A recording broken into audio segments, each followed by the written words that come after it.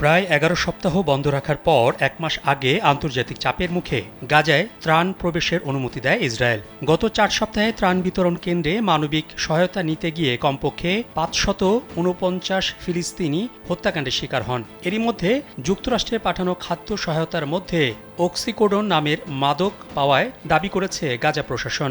Middle east আইয়ের প্রতিবেদনে বলা হয়, যুক্তরাষ্ট্র ও ইসরায়েল সমর্থিত কিছু সাহায্য কেন্দ্রে বিতরণ করা ময়দার বস্তায় পাওয়া গেছে অক্সিকোডন নামের নিষিদ্ধ ড্রাগ।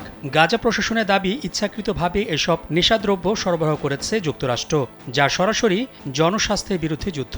বিবৃতিতে গাজা সরকার জানায়, তারা এখন পর্যন্ত ৪ জন ব্যক্তির সাক্ষ্য নথিভুক্ত করেছেন, যারা ময়দার ব্যাগের ভেতরে এই ধরনের মাদক খুঁজে পেয়েছেন।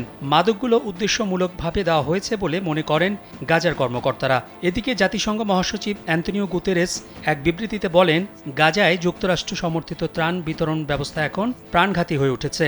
তার দাবি, খাবারের জন্য বের হওয়াটাই যেন মৃত্যুদণ্ড হয়ে দাঁড়িয়েছে ফিলিস্তিনিদের জন্য। যুদ্ধবিরতির পর ইরান ইসরায়েল আলোচনার যে আশা তৈরি হয়েছে, তা যেন গাজার জন্য কাজে লাগে। এই মুহূর্তে আশাই সবচেয়ে বেশি প্রয়োজন বলে মন্তব্য করেন গুতেরেস।